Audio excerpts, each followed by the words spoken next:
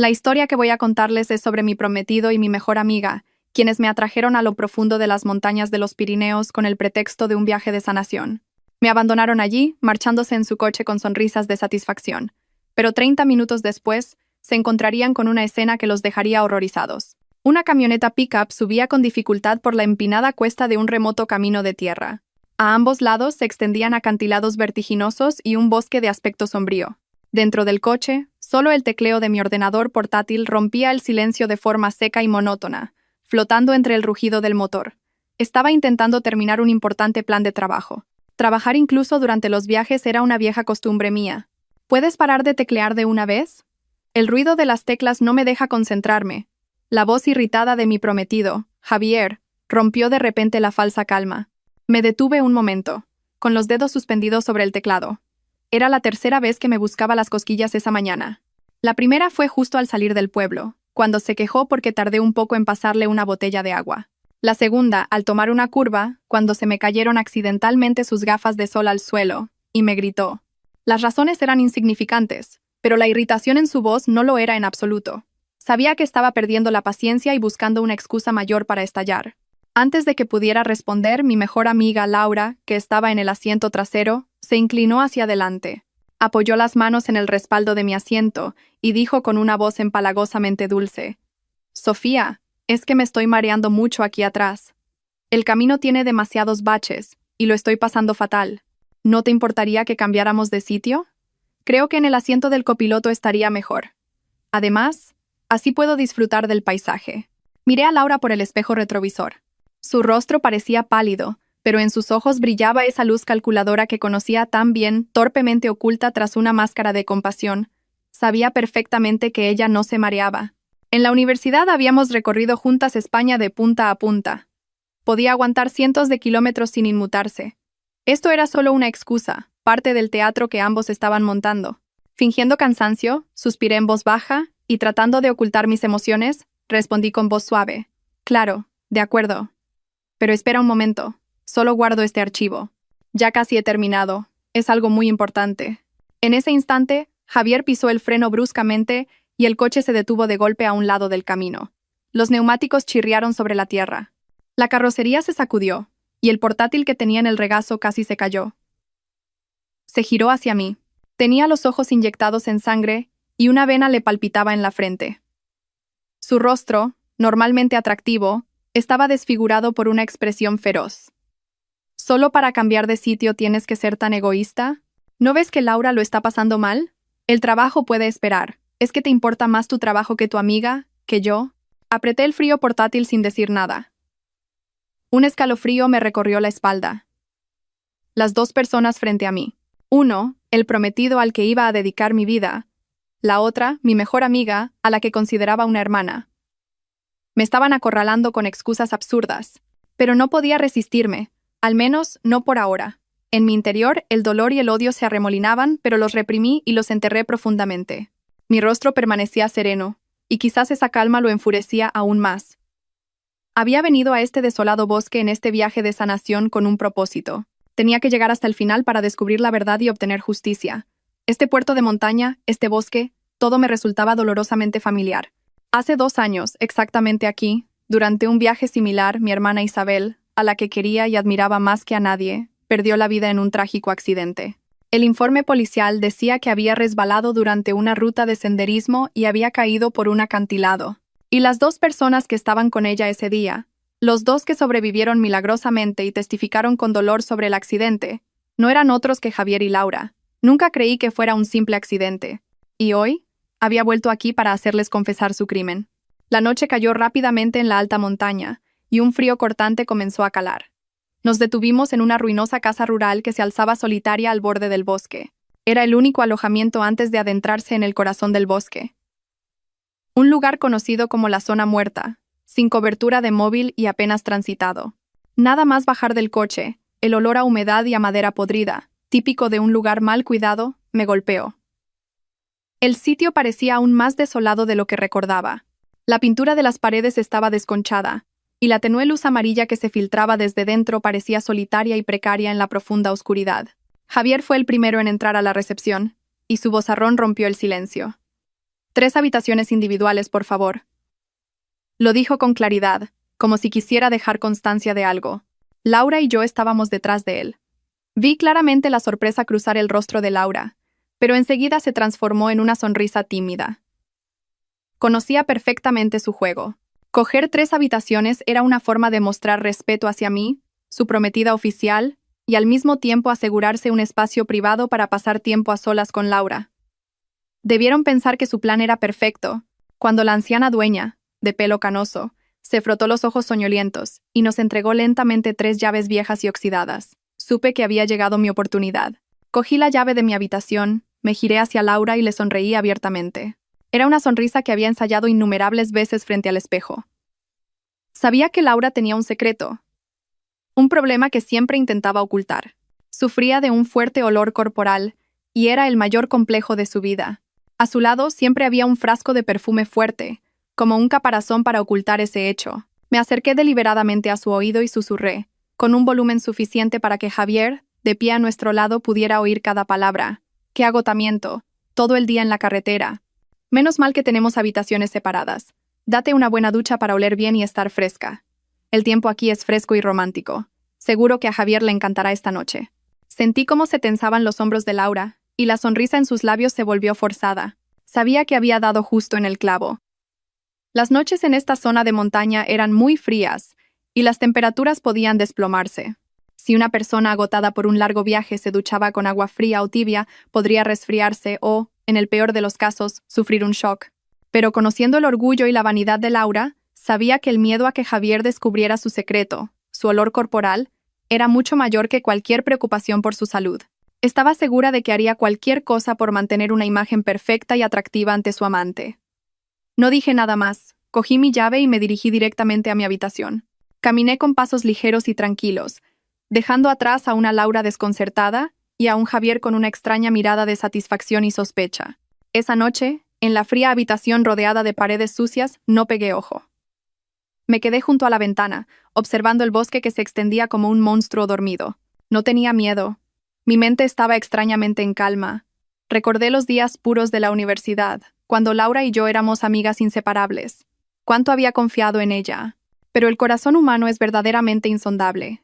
Cuando la amistad y el amor se pusieron en la balanza contra la codicia y los celos, se rompieron con una facilidad desoladora.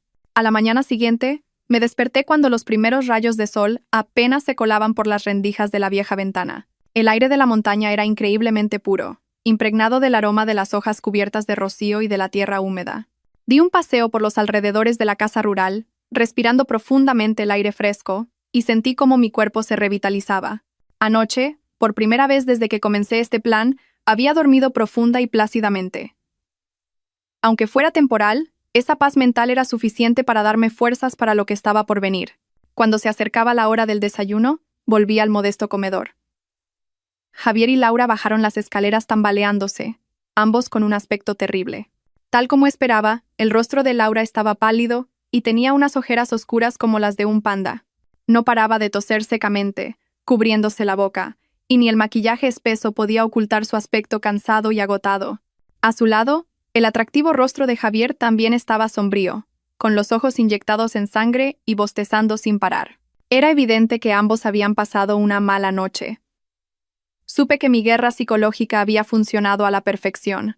Me acerqué con energía y dije con voz llena de preocupación y sorpresa: «Madre mía, ¿por qué tenéis tan mala cara? ¿No habéis dormido esta noche? ¿O es que la cama era incómoda?» Laura se sobresaltó y agitó las manos apresuradamente. No, Sofía.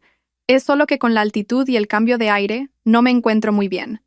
Javier asintió, apoyándola con voz ronca. Sí, creo que estoy un poco resfriado. También tengo escalofríos. Evitaba mi mirada a toda costa. Les dediqué una sonrisa significativa que no pudieron percibir. Vaya, qué faena. He oído que el camino de hoy es aún más duro que el de ayer. Hagamos una cosa. Hoy conduzco yo. Estoy perfectamente y estoy acostumbrada a conducir por montaña. Vosotros descansad tranquilos en el asiento de atrás. Y cuando os encontréis mejor, cambiamos. Mi propuesta fue como un salvavidas para ellos. Javier y Laura aceptaron de inmediato, sin dudarlo un instante. Pensarían que seguía siendo la tonta fácil de manipular, y que el hecho de que yo condujera incluso les facilitaría sus planes. No tenían ni idea de que ponerme al volante era precisamente lo que haría que todo siguiera el guión que yo había planeado. El coche se puso de nuevo en marcha, y el ambiente en el interior era aún más silencioso que el día anterior. Javier y Laura casi dormitaban en el asiento trasero, solo moviéndose ocasionalmente por los baches del camino de piedra. Conduje hasta la gasolinera, el último puesto de avanzada de la civilización antes de entrar en la zona sin cobertura. Ante nosotros apareció una pequeña y solitaria gasolinera rodeada de montañas. Parecía un oasis polvoriento con un solo surtidor y una tienda destartalada. Javier y Laura, ya despiertos, dijeron que iban a comprar algo de picar y unas bebidas. Asentí, diciendo que me encargaría de repostar. Cuando sus figuras desaparecieron tras la puerta de cristal opaco de la tienda, un hombre con un viejo mono de trabajo y la piel curtida por el sol y el viento se me acercó lentamente desde una esquina. Era Mateo, el hermano de Isabel. Se había disfrazado de vendedor ambulante de recuerdos y mapas para turistas. Me tendió una botella de agua y, con una voz baja y ronca, deliberadamente alterada, dijo: «El mapa falso que instalé en su ordenador está activado. El GPS de tu coche funciona correctamente y te estoy rastreando». Asentí levemente mientras cogía la botella. «¿No hace falta tocar el depósito, Mateo?». Negó con la cabeza. «No es necesario. Ya te encargaste de eso anoche». La noche anterior, mientras todos dormían en la casa rural, me había escabullido al aparcamiento, y con un pequeño tubo de plástico y una técnica torpe aprendida en internet, había vaciado casi la mitad del depósito. La gasolina restante era suficiente para adentrarse en el bosque, pero totalmente insuficiente para volver a salir. Mateo me puso en la mano un mapa de papel de aspecto desgastado. «Toma esto. Finge que me lo acabas de comprar. Dentro de un rato lo necesitarán. Sigue el plan al pie de la letra». Tras decir esto, se dio la vuelta en silencio y se mezcló con la sombra del viejo cobertizo para continuar con su papel. Justo en ese momento, Javier y Laura salieron con las manos llenas. Al verme examinar el mapa, Javier preguntó: «¿Qué es eso?». Respondí con naturalidad: «Ah, se lo he comprado a ese señor. Parece un mapa dibujado a mano bastante detallado. He pensado que podría ser útil». Javier y Laura se miraron y sonrieron de forma indescifrable. Dejamos atrás el último bastión de la civilización y abandonamos la gasolinera. El camino por delante se volvió cada vez más desolado. El asfalto desapareció, dando paso a un camino de tierra roja y lleno de baches. Los árboles a ambos lados crecían frondosos, formando un arco verde que ocultaba la luz del sol. El aire dentro del coche se volvió húmedo y frío, con un olor a humedad de hojas podridas y tierra mojada. Eché un vistazo a la pantalla del móvil en el soporte. Las barras de cobertura fueron disminuyendo una a una hasta desaparecer por completo. Solo quedaba un frío sin servicio. Hemos entrado oficialmente en la zona muerta. Suspiré a propósito fingiendo preocupación. Se ha ido la cobertura. Da un poco de miedo adentrarse tanto. Laura, en el asiento trasero, escuchó mis palabras y frunció los labios. «Qué miedo, Sofía. Cuanto más salvaje, más bonito es el paisaje. Además está Javier, ¿de qué te preocupas?». Justo entonces Javier, que había estado descansando con los ojos cerrados, se incorporó de repente. Señaló la pantalla del GPS del coche y dijo con tono autoritario: «Apaga el navegador del coche». En estos sitios, el GPS suele llevarte por caminos equivocados. Seguro que estas carreteras secundarias ni están actualizadas. Sigue este mapa. Dicho esto, sacó de su mochila un mapa de papel pulcramente doblado, lo desplegó y lo extendió sobre el salpicadero. Era un mapa detallado impreso a color, que parecía preparado con esmero. Sobre él, un camino que parecía un atajo a través del bosque estaba marcado con un rotulador rojo. Sabía que ese era el mapa que Mateo había manipulado, infiltrándose en el ordenador de Laura, con las coordenadas del desvío mortal. Pero a sus ojos, esto debía de parecer una obra maestra, el camino hacia mi inmensa fortuna. Detuve ligeramente el coche y dije con voz vacilante: «Pero, Javier, apagar el GPS me da un poco de miedo. ¿Y si nos perdemos? Al menos con el GPS sabemos dónde estamos. ¿No sería más seguro seguir la carretera principal, aunque tardemos un poco más?». Mi vacilación pareció enfurecer a Javier. Golpeó suavemente el salpicadero y espetó: «Ya empiezas otra vez. Te he dicho que Laura y yo lo hemos investigado todo. Esta ruta la comparten montañeros expertos, es totalmente segura. Con tanto miedo no se puede viajar. Mejor te hubieras quedado en casa». Laura se apresuró a intervenir. Su voz era dulce, pero con un toque de manipulación. «Es verdad, Sofía. Dicen que este camino lleva a un lago en lo alto de la montaña. Un paisaje paradisíaco. Dicen que el agua es cristalina y que todo alrededor está lleno de flores silvestres. La gente lo llama el lago Esmeralda. Sería una pena que nos lo perdiéramos. Venga, Sofía, no hay nada que temer. Uno con mano dura, el otro con suavidad, me presionaban para que tomara el camino que ellos habían elegido. Vi el rostro ilusionado de Laura y la expresión impaciente de Javier. Se me heló el corazón. Por un lago inexistente, por una codicia sin fin, estaban dispuestos a llevar a su mejor amiga y futura esposa a la muerte. Permanecí en silencio un buen rato, fingiendo una profunda deliberación. Finalmente suspiré y dije a regañadientes: «Está bien, haré lo que digáis, pero si algo parece raro, tenemos que dar la vuelta inmediatamente». «Claro, claro, qué miedica», sonrió Javier triunfante. No dije nada más y apagué la pantalla del navegador del coche. La pantalla se volvió negra, como su futuro. Puse el coche en marcha lentamente y me desvié hacia el estrecho sendero de montaña marcado en rojo en el mapa. La camioneta desapareció gradualmente en el denso bosque, como si fuera engullida por las gigantescas hojas. El coche avanzaba muy lentamente por el accidentado camino de montaña. Las ramas de los enormes árboles centenarios se entrelazaban por encima, creando una cúpula natural que sumía el camino en una sombra húmeda. De vez en cuando, un débil rayo de sol se colaba entre las hojas, salpicando manchas de luz brillante sobre el suelo mojado. El espacio era tan silencioso que podía oír el crujido de las hojas secas bajo las ruedas y la respiración acompasada de Javier y Laura detrás de mí. Este pesado silencio, sin embargo, me vació la mente, y los recuerdos que me esforzaba por enterrar volvieron a surgir. Hace 2 años, en un camino de montaña como este, yo iba en el asiento trasero, y quien conducía era mi hermana Isabel. Mientras conducía, tarareaba una vieja canción pop. Su voz clara y alegre resonaba en el espacio, disipando la atmósfera sombría del bosque. Creo que hasta el sol brillaba más en aquel entonces. Iluminaba el largo y brillante pelo de Isabel, haciendo que su sonrisa fuera aún más radiante. En aquella época, cualquier lugar con mi hermana era el más seguro y cálido para mí. Conocí a Isabel en el momento más oscuro de mi vida. Fue cuando mis padres murieron repentinamente en un terrible accidente de coche, y con apenas 20 años me quedé con una pena insoportable y una enorme fortuna. Estaba completamente destrozada. Me sentía sola en el mundo. Parientes que nunca había visto aparecieron de repente, rodeándome con palabras dulces, pero sus ojos solo estaban llenos de codicia y cálculo. Intentaron quitarme todo lo que me pertenecía. Fue entonces cuando apareció Isabel.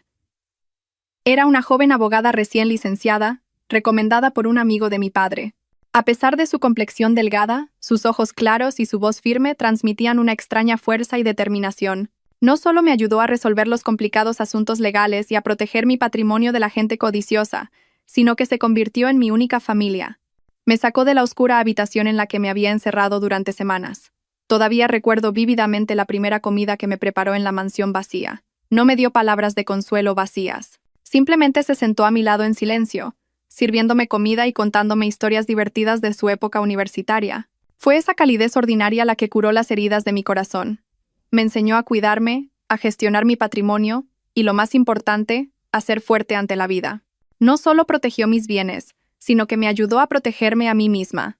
Poco a poco, dejé de verla como una abogada y empecé a considerarla mi hermana mayor. La mansión, antes vacía, se volvió acogedora con su presencia. Soñábamos juntas con el futuro. Un futuro en el que 2 hermanas formarían una pequeña, feliz y tranquila familia. Un fuerte bache del coche me sacó de mis recuerdos.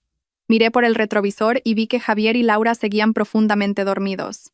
Un odio incontenible hirvió en mi interior. Fueron estas 2 personas las que me arrebataron a mi única hermana, las que destrozaron nuestro sueño de paz.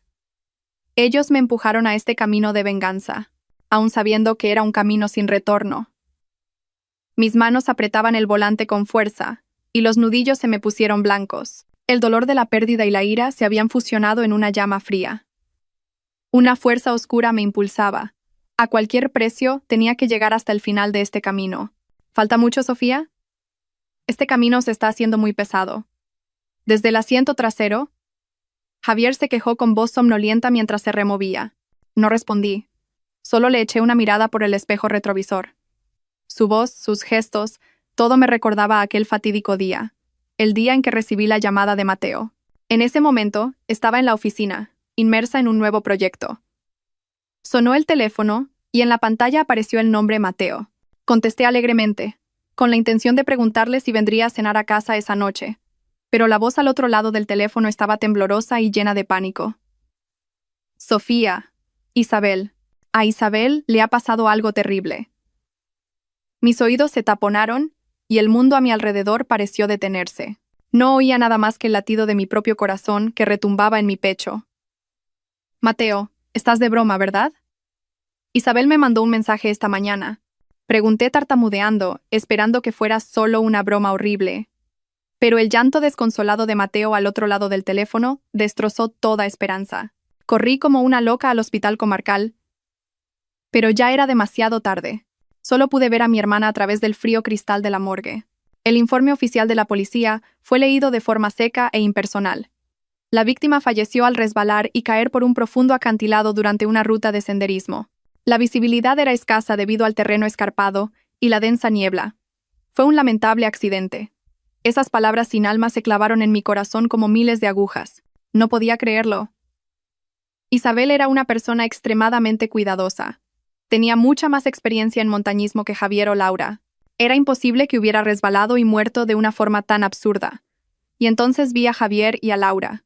Estaban sentados en un rincón del pasillo del hospital, abrazándose y llorando desconsoladamente. Parecían realmente afligidos, realmente destrozados. Pero, extrañamente, a través de mis ojos empañados por las lágrimas, noté algo raro. Su ropa estaba manchada de barro, pero no tenía ni un solo rasguño ni rotura. En sus cuerpos solo había unos pocos arañazos pequeños, superficiales y limpios, que parecían hechos a propósito más que heridas causadas por una caída en estado de pánico. Era imposible que alguien que acababa de sufrir un shock terrible y de presenciar la caída de un amigo por un acantilado mantuviera un aspecto tan pulcro. Más tarde, cuando nos explicaron a Mateo y a mí lo sucedido, sus declaraciones empezaron a contradecirse. Javier dijo que en ese momento había una niebla muy densa, que solo oyó el grito de Isabel y que después todo quedó en silencio. Pero Laura dijo que había visto claramente cómo Isabel resbalaba al intentar coger una flor silvestre que crecía peligrosamente al borde del acantilado. Dos historias, dos escenarios completamente diferentes. Cuando les pregunté por esta discrepancia, se pusieron nerviosos y se excusaron diciendo que estaban tan conmocionados que no recordaban bien los detalles. Pero yo sabía que mentían. Lo que más me atormentaba fue un breve momento que presencié por casualidad.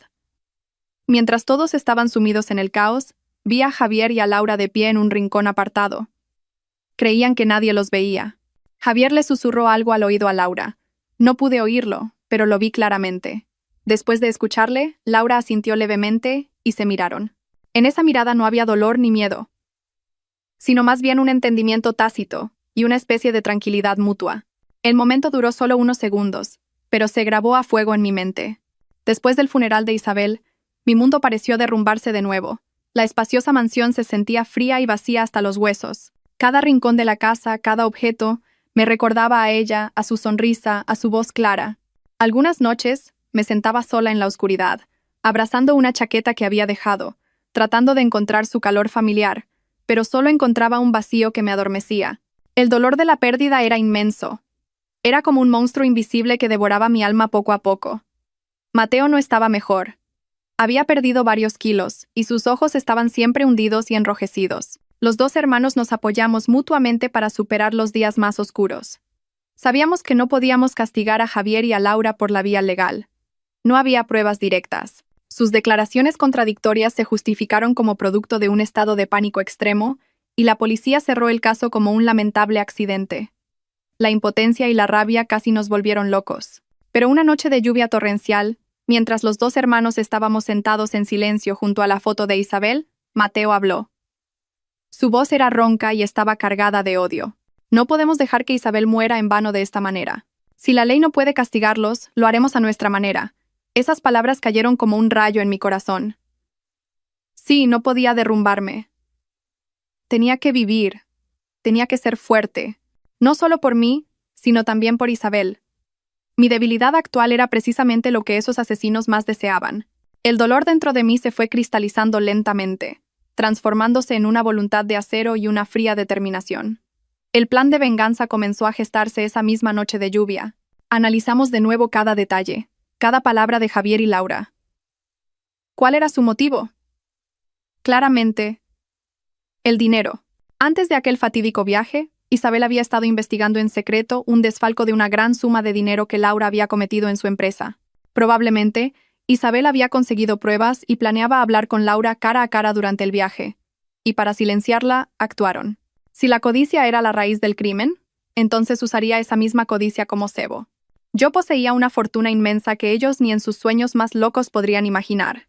Esa era mi arma más poderosa. El plan fue meticulosamente trazado. El primer paso era acercarme a ellos. Dejé mi antigua empresa y solicité un puesto en la misma compañía donde Laura era jefa de ventas. Con mi excelente historial y experiencia, no fue difícil entrar. La primera vez que me vio, Laura se mostró muy sorprendida y un poco reticente. No dejaba de darme palabras de consuelo, fingiendo empatía por mi dolor. Yo interpreté a la perfección el papel de una chica que, aún conmocionada por la pérdida de un ser querido, buscaba un nuevo entorno para olvidar el pasado. Poco a poco, me acerqué activamente a Laura, recordándole viejos tiempos de la universidad. Con una falsa sinceridad, no tardé en recuperar su confianza. Volvimos a ser las mejores amigas de antes, comiendo juntas, yendo de compras, compartiendo todo tipo de historias.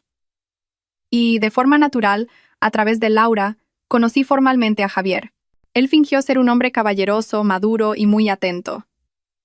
A menudo aparecía por la empresa para recoger a Laura, pero en su mirada hacia mí había una curiosidad y un deseo que no podía ocultar. Supe que el pez estaba empezando a morder el anzuelo. Fingiendo no saber nada de la ambigua relación entre él y Laura, acepté ingenuamente su confesión. Durante el año siguiente, comencé una elaborada actuación de ostentación de riqueza. Mostraba descuidadamente artículos de lujo caros, me quejaba de tener que gestionar el lujoso apartamento que me habían dejado mis padres, o fingía estar agobiada por no saber qué hacer con la enorme herencia que tenía en el banco. La codicia en los ojos de Javier y Laura crecía día a día, y yo sabía que mi trampa estaba a punto de cerrarse. El coche se detuvo frente a una bifurcación. La carretera principal continuaba recta, y parecía mucho más ancha y segura. Aunque era un camino de tierra, Javier señaló un pequeño desvío a la derecha. Era un sendero de montaña sombrío, casi completamente oculto por árboles y enredaderas. En la entrada, un cartel de madera, desgastado y descolorido por la intemperie, tenía escritas en letras rojas casi borradas las palabras: Zona peligrosa, prohibido el paso. El cartel, que parecía una advertencia olvidada, añadía un aire de misterio y temor al camino. Entra por aquí. La voz de Javier estaba teñida de excitación, como si hubiera encontrado un tesoro. Frené bruscamente a propósito. Agarré el volante y dije con voz temblorosa: ¿Estás loco? Se ve claramente el cartel de prohibido el paso. ¿No lo has visto? He oído a la gente del pueblo decir que en esta zona hay muchas serpientes venenosas y jabalíes salvajes. No podemos entrar por ahí. Es demasiado peligroso. Enfaticé a propósito las palabras jabalíes salvajes. Era una amenaza real en las montañas de España. Sabía que mis palabras no eran suficientes. Necesitaba algo más tangible para que mi actuación fuera más convincente. Y fue como si el cielo me ayudara. Justo en ese momento, de entre los densos arbustos al borde del camino, un enorme jabalí salió disparado justo delante del coche. Era del tamaño de un coche pequeño, con pelo duro y largos colmillos blancos. Se detuvo en medio del camino, a solo unos metros de nuestro coche, mirándonos desafiante con sus ojos inyectados en sangre, y luego olfateó el aire. Laura, en el asiento trasero, gritó, y su rostro perdió todo el color. Javier también se sobresaltó, cambiando de color, e instintivamente me puso la mano en el hombro, como buscando consuelo. Esta aparición inesperada supuso un pequeño contratiempo en su plan. Aproveché la oportunidad y dije con voz aún más aterrorizada: «¿Lo ves? Te lo dije. ¿Quién sabe qué pasaría si choca contra nuestro coche? Es demasiado peligroso. Volvamos. Javier, por favor, vayamos por la carretera principal, por seguridad». El jabalí se quedó un momento, y luego, molesto por el ruido del motor, gruñó, giró la cabeza y desapareció en el bosque. Un silencio tenso se instaló en el coche. La aparición del jabalí hizo dudar momentáneamente a Javier y Laura, pero su codicia era tan grande que pronto superó el miedo incipiente. Javier carraspeó, tratando de recuperar la compostura y mostrar autoridad. Solo era un jabalí. Se asustó al ver nuestro coche y huyó. «No seas tan exagerada. Con un hombre aquí, ¿de qué tienes miedo?». Aunque dijo eso, pude ver que su mano todavía temblaba ligeramente. Su temeridad no provenía del valor, sino de la ignorancia y la codicia. Ignoraba los peligros de la naturaleza e ignoraba la vida humana. Creía que podía controlarlo todo, pero no sabía que esa misma confianza ciega lo llevaría a la muerte. Continué fingiendo miedo, cubriéndome la cara con las manos y temblando. No, no voy a ir. Volvamos, Javier. Tengo mucho miedo. ¿Y si ese jabalí vuelve con su manada? Al ver que me negaba a continuar, la impaciencia se hizo evidente en el rostro de Javier. Golpeó suavemente el salpicadero y espetó. Ya empiezas otra vez. Te he dicho que está bien. Con tanto miedo no se puede viajar. Mejor te hubieras quedado en casa. Su voz ya no tenía adornos. La naturaleza de un hombre violento y patriarcal se reveló. Pensó que podía someterme por la fuerza, pero se equivocaba. Justo entonces, Laura, que había estado en silencio y aterrorizada, comenzó su propia actuación. Se inclinó hacia adelante, me rodeó los hombros y me dio unas palmaditas cariñosas. Su voz, en total contraste con la brusquedad de Javier, era dulce y persuasiva. Tranquila, Sofía. No tengas miedo. Está Javier, él nos protegerá. El jabalí se asustó porque el coche es grande, no volverá. Hizo una pausa y me miró con una expresión lastimera. ¿Sabes, Sofía? Dicen que este camino lleva a un lago en lo alto de la montaña. Un paisaje paradisíaco. La gente de aquí lo llama el lago Esmeralda. Dicen que el agua del lago es tan clara que se ve el fondo, y que tiene un color jade todo el año. Alrededor del lago siempre hay flores silvestres. Imagínate, acampar allí, ver las estrellas por la noche y despertarse en un campo de flores por la mañana. ¿No sería romántico? Las palabras de Laura eran como una música dulce que pintaba un cuadro celestial y seductor. Sabía que yo era romántica, que amaba la naturaleza y la belleza salvaje. Estaba atacando mis puntos débiles, tratando de adormecer mi cautela con palabras dulces. Cualquier mujer se sentiría tentada por estas palabras. Fingí que las palabras de Laura me conmovían y guardé silencio. Suspiré en voz baja, y mi voz todavía temblaba un poco. Pero este camino da mucho miedo. ¿Y si pasa algo? Javier, al ver que mi resistencia flaqueaba, no perdió la oportunidad. Desplegó el mapa frente a mí. Mira, Sofía. Laura y yo lo hemos investigado a fondo. Este camino tiene solo unos 15 kilómetros. Cruza este bosque y conecta con la carretera principal al otro lado. Ahorraremos al menos 1 hora en comparación con dar la vuelta. Es solo un tramo corto. No te preocupes, confía en mí. Su colaboración era perfecta. Uno me seducía con palabras dulces, el otro me tranquilizaba con lógica y seguridad.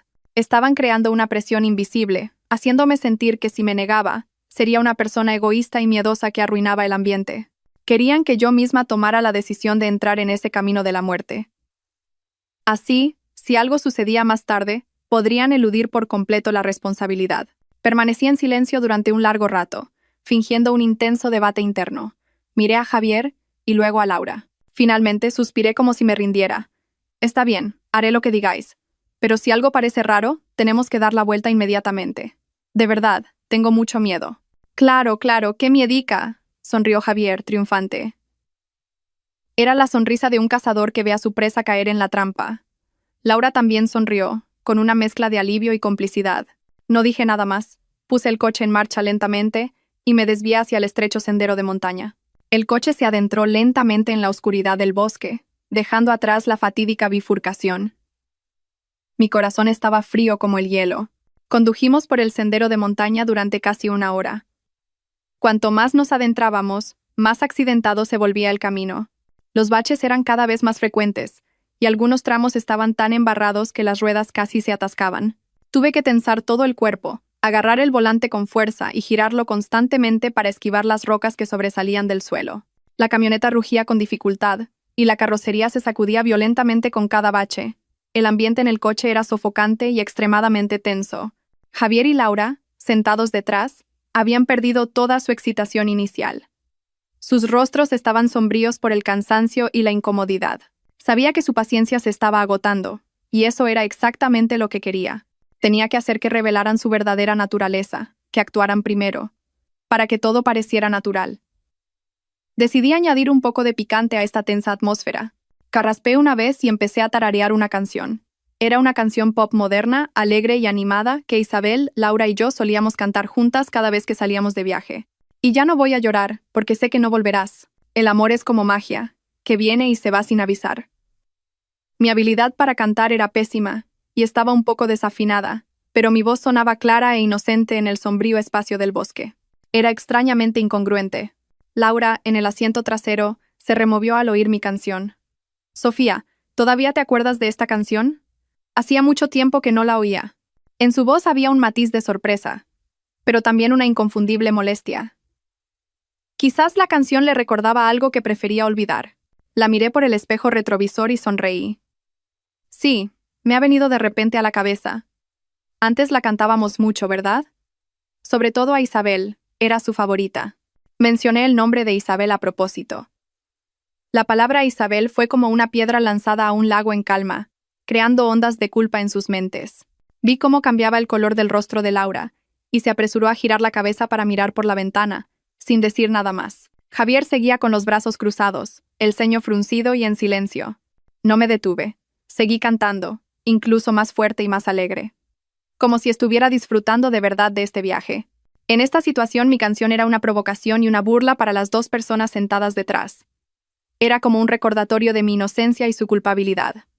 ¿No te puedes callar de una vez? Finalmente, Javier no pudo aguantar más. Gritó de repente, y su voz estaba llena de ira y hostilidad. El coche entero pareció retumbar con su grito. Fingí sorpresa y miedo, y dejé de cantar. Me giré para mirarlo, abriendo los ojos con inocencia. ¿He hecho algo malo? Solo estaba cantando. ¿Qué cantar ni qué narices? Me estás poniendo de los nervios.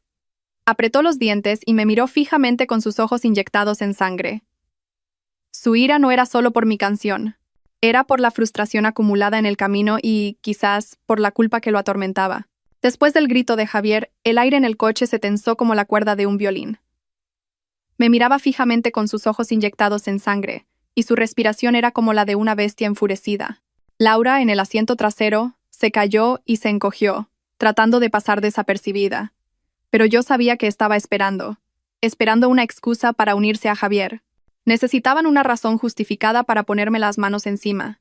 Respiré hondo, tratando de que mi voz no temblara, pero añadiendo un toque de agravio y provocación. ¿Qué te pone de los nervios? A mí me parece bien. ¿No será que estás de mal humor y todo te molesta? Mis palabras fueron como prender fuego a un barril de pólvora a punto de estallar, pero no me detuve ahí.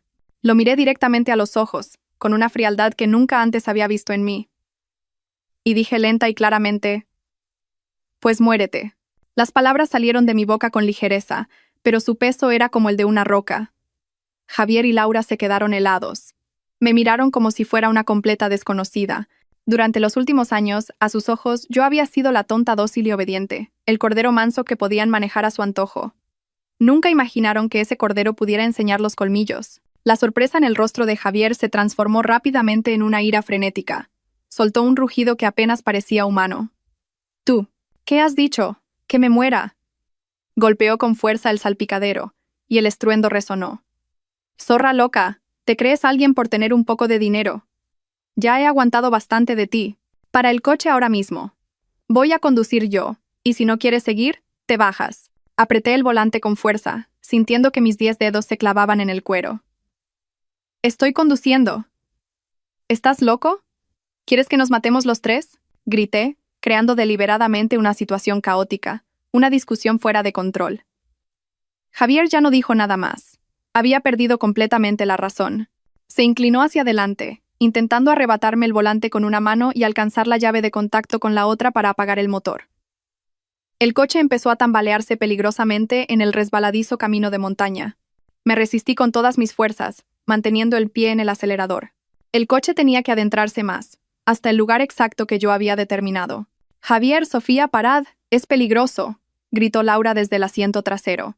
Pero en lugar de detener a Javier, me rodeó el cuello y los hombros con sus brazos desde atrás, sujetándome con fuerza. «Sofía, tranquilízate. Para el coche, por favor».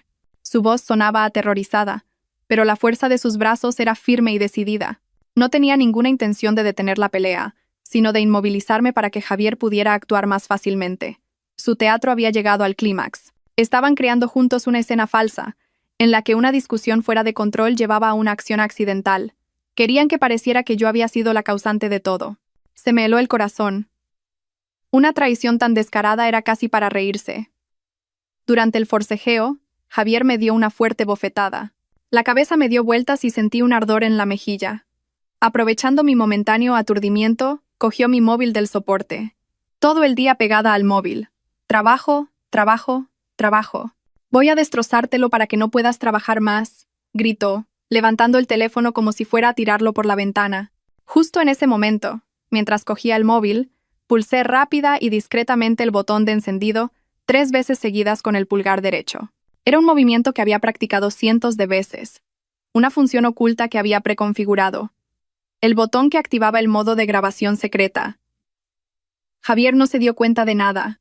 Al ver que ya no me resistía, debió pensar que su bofetada había surtido efecto. No tiró el móvil, sino que lo lanzó con rabia a mi mochila, que estaba en el asiento del copiloto. El teléfono aterrizó en el bolsillo exterior de la mochila. El micrófono empezó a funcionar en silencio, grabando cada sonido, cada palabra, cada crimen que estaba por venir. Finalmente, Javier sacó la llave. Tiró bruscamente del freno de mano. Un chirrido agudo resonó, el coche se detuvo de golpe y la carrocería se inclinó hacia adelante. Mi cabeza se golpeó con fuerza contra el volante y sentí un dolor punzante. Todo quedó en silencio. Solo se oían las respiraciones agitadas de los tres y el sonido del motor apagándose lentamente. El coche se detuvo. En medio de un bosque desolado, a decenas de kilómetros de la civilización, rodeados únicamente por árboles densos y un silencio aterrador. Seguí con la cabeza apoyada en el volante, temblando, fingiendo un dolor extremo y un miedo atroz. La sangre caliente que brotaba de un corte en mi frente goteó sobre mi camisa blanca, extendiéndose como una flor de sangre injusta. Tenía que ganar tiempo. Necesitaba que el móvil de mi mochila grabara más. «Ves, te dije que pararas». «Por no hacer caso», dijo Javier primero. Su voz seguía siendo hostil, pero con un matiz de satisfacción. Había conseguido detener el coche, había recuperado el control. Se bajó del coche y caminó hacia el lado del conductor. El portazo que dio resonó. Abrió mi puerta y me desabrochó el cinturón de seguridad bruscamente. Su olor a sudor e ira me golpeó en la cara. «Bájate del coche ahora mismo. Egoísta y zorra de mierda. Ya he aguantado bastante de ti». Dicho esto, me agarró del brazo y me sacó del asiento del conductor. No opuse ninguna resistencia. Dejé mi cuerpo caer como una muñeca de trapo. No esperaba que no me resistiera. Así que usó demasiada fuerza y caí sin fuerzas al suelo, cubierto de hojas mojadas y podridas. Mi ropa se ensució de barro, dándome un aspecto miserable. Laura también se bajó por la puerta trasera. Me miró desde arriba con una expresión compleja. Una mezcla de satisfacción, falsa compasión y miedo. «Sofía, ¿estás bien?» Es que Javier estaba muy enfadado. «No le culpes». Sus palabras eran descaradas e hipócritas. Los miré desde el suelo, con los ojos llenos de lágrimas, y dije con voz entrecortada: «Vosotros, ¿qué vais a hacer? No me dejéis aquí sola, por favor». Javier se burló, una sonrisa más aterradora que su expresión de ira. Volvió al coche, cogió mi mochila del asiento del copiloto y la tiró al suelo a mi lado. «Tus cosas. Ya te las arreglarás para salir andando. Esto es una lección por tu cabezonería». Se dio la vuelta, dispuesto a subir al coche. Supe que esta era mi última oportunidad. Me arrastré, tratando de agarrarle el pantalón. Las lágrimas brotaron. «Javier, no lo hagas. Ha sido culpa mía. Lo siento, déjame subir al coche. Tengo mucho miedo. Aquí hay bestias salvajes, serpientes venenosas. Podría morir». Mi súplica desesperada pareció hacerle dudar por un momento. Se detuvo y se giró para mirarme, pero su mirada se volvió fría como el acero. Quizás pensó en mi inmensa fortuna, en el futuro de riqueza sin mí. La codicia venció el último resquicio de conciencia que le quedaba. Me apartó la pierna de una patada fría y volví a caer. ¿Y a mí qué? Haberlo pensado antes de faltarme al respeto, dijo con una voz gélida, y se dirigió al asiento del conductor sin mirar atrás. Javier se sentó al volante y cerró la puerta de un portazo. El seco clic de los seguros de todas las puertas al cerrarse resonó. Fue como el martillazo que cerraba la puerta de mi última esperanza. Laura se sentó rápidamente en el asiento del copiloto. No se atrevía a mirarme directamente. Mantenía la cabeza gacha y las manos juntas. Quizás también sentía miedo por la crueldad de Javier o quizás trataba de ocultar su alegría. Me levanté con dificultad y golpeé con fuerza la ventanilla del coche. «Javier, Laura, abridme. No me dejéis aquí, por favor, haré lo que queráis. Abrid la puerta». Grité hasta quedarme ronca, y las lágrimas se mezclaron con la sangre y el polvo en mi cara. Golpeé la puerta del coche con las fuerzas que me quedaban, pero solo obtuve un silencio frío y sólido. Dentro, Javier estaba sentado, impasible. Disfrutaba de mi impotencia y desesperación. Un momento después, como si se hubiera cansado de este juego, bajó lentamente la ventanilla del conductor. En su rostro apareció una sonrisa malvada y satisfecha. Me miró como un vencedor mira a un derrotado. Que te sanes bien aquí sola. El paisaje es bonito, el aire es puro, es perfecto para ti. Buena suerte. Su voz era suave pero cargada de malicia y desprecio. Al terminar incluso me guiñó un ojo. Un gesto provocador y cruel. Y luego, subió lentamente la ventanilla. ¡No! Grité, tratando de meter la mano por la rendija que se cerraba. Pero era demasiado tarde. El cristal se cerró herméticamente, dejándome atrapada en el desolado y aterrador bosque. Laura, en el asiento del copiloto, levantó la cabeza por fin y me miró. No dijo nada, pero las comisuras de sus labios se curvaron claramente en una sonrisa. Una sonrisa que nunca olvidaré. La sonrisa de una víbora que acaba de matar a su presa. Javier arrancó el motor, y el sonido resonó en el silencioso bosque, como una música que anunciaba la muerte. No tenía prisa. Dio marcha atrás un poco y luego giró lentamente. Quería que viera cómo se marchaban, que saboreara hasta el final el sentimiento de abandono y desesperación. La camioneta empezó a rodar, y las ruedas hacían un sonido de chas, chas sobre la grava. Me quedé de pie, aturdida, viendo cómo el coche se alejaba.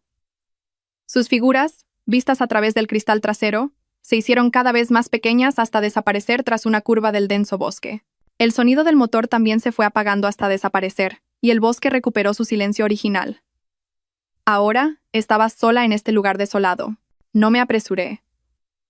Me senté junto a mi mochila y con calma saqué una botella de agua y un pañuelo. Limpié con cuidado las manchas de sangre de mi frente y mi cara. La herida no era profunda, era un simple rasguño causado por el golpe. Pero había servido de excelente apoyo para mi actuación. Luego, bebí un sorbo de agua para calmar mi garganta, que ardía de tanto gritar. Tenía que recuperar la calma absoluta. Lo que tenía que hacer a continuación requería una mente fría. Abrí la mochila y saqué el móvil que Javier había tirado dentro.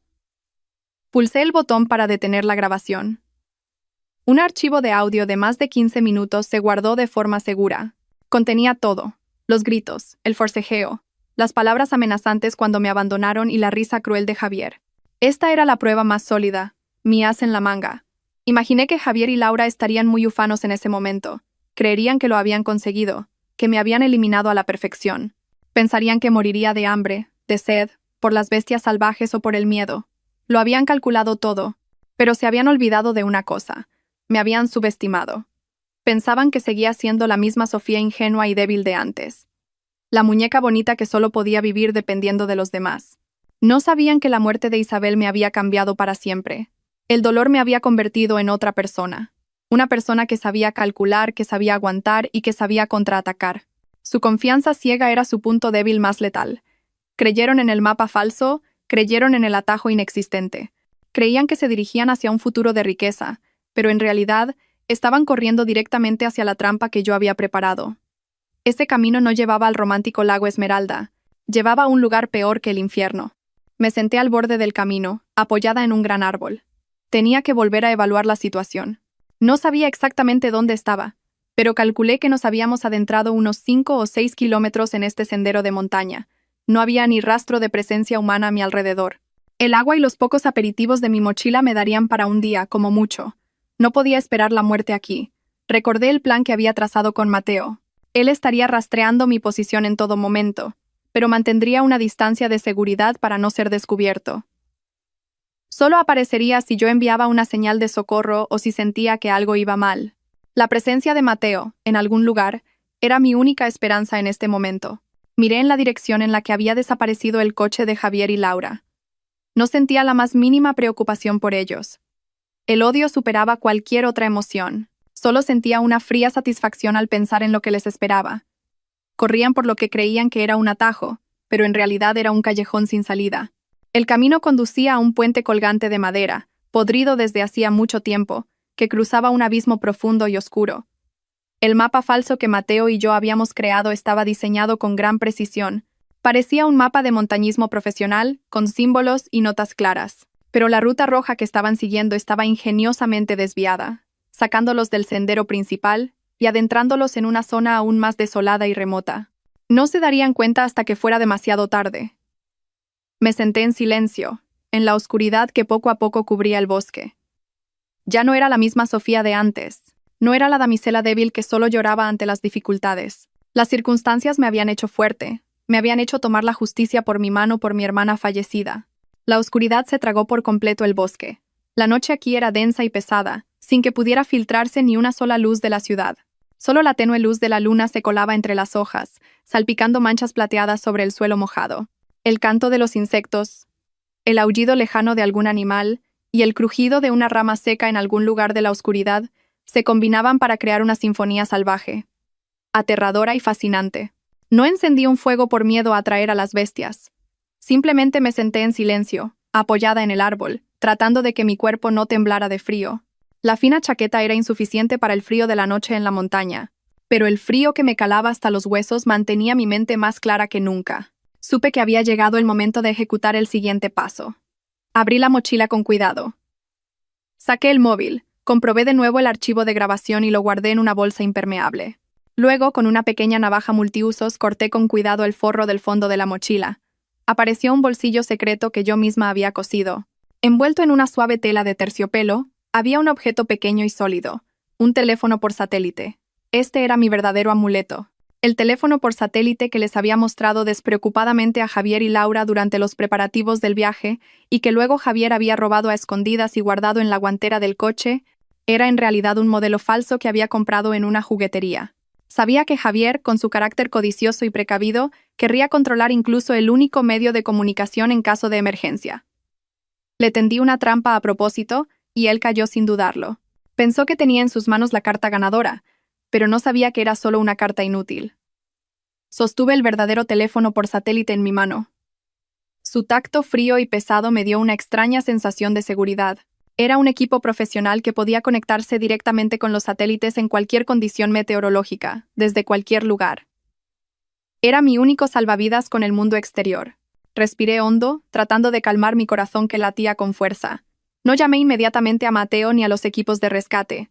Aún era demasiado pronto. Tenía que darles más tiempo a Javier y a Laura. Tiempo para que llegaran al final del camino equivocado, tiempo para que se dieran cuenta de la cruda realidad, y lo más importante, tiempo para que la desesperación devorara toda su esperanza. Me senté en la oscuridad, abrazando el teléfono por satélite. La camioneta debió de avanzar con dificultad por el accidentado camino de montaña durante unos 40 minutos más. El paisaje a su alrededor se volvió cada vez más desolado, los árboles más densos y apenas había rastro de presencia humana. La confianza inicial de Javier al volante probablemente se había reducido considerablemente, dando paso a la impaciencia y la irritación. El camino era mucho más duro de lo que pensaba, y el romántico lago Esmeralda que Laura había descrito aún no aparecía. Laura, sentada a su lado, ya no tenía una expresión ilusionada. Estaba en silencio, y de vez en cuando miraba por la ventana con preocupación. El silencio en el coche debió de ser pesado. Solo el rugido esforzado del motor y el sonido de las ramas secas arañando la carrocería debieron de sonar de forma espeluznante. Probablemente, en el fondo de sus mentes, ellos también empezaron a sentir que algo iba mal. Y cuando sus dudas llegaron al límite, un sonido seco y ominoso sonó desde el salpicadero. Bip, bip, bip. Ambos se sobresaltaron y miraron hacia abajo al mismo tiempo. El icono naranja con forma de surtidor parpadeaba amenazadoramente. El indicador de combustible se acercaba a la última línea roja. Su fortaleza móvil estaba a punto de quedarse sin vida. «Mierda, ¿por qué nos hemos quedado sin gasolina tan pronto?», debió de gritar Javier golpeando el volante. Esta mañana quedaba más de la mitad. El rostro de Laura, sentada a su lado, se habría puesto pálido. «¿Y ahora qué hacemos, Javier? Esto está desierto. ¿Dónde vamos a repostar?». El pánico comenzó a apoderarse de sus mentes. Javier debió de intentar tranquilizar a Laura, y a sí mismo. «Tranquila. Seguro que la carretera principal está cerca. Sigamos un poco más».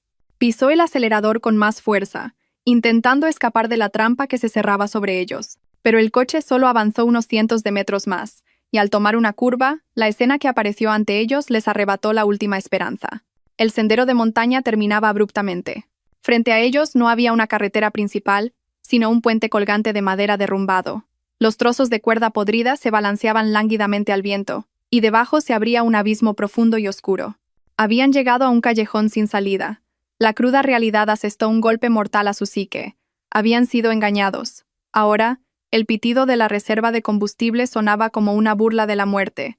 Estaban atrapados. Se miraron, y en sus ojos ya no había amor ni unidad, sino miedo y el comienzo del reparto de culpas. Javier debió de volcar toda su ira sobre Laura, gritando: «El lago Esmeralda. ¿Dónde está tu puto lago Esmeralda? Me has matado». Laura ya no habría fingido ser débil. Le habría gritado de vuelta: «Es tu culpa. Fuiste tú quien decidió tomar este camino. No me eches toda la culpa a mí». Su discusión resonó en el silencioso bosque, pero no resolvió nada. El coche finalmente se apagó lentamente. El silencio se hizo. Estaban atrapados en una caja de metal fría, en un lugar desolado, sin salida. Su pesadilla acababa de empezar. El miedo pronto habría sofocado su ira. Se habrían dado cuenta de que discutir no servía de nada.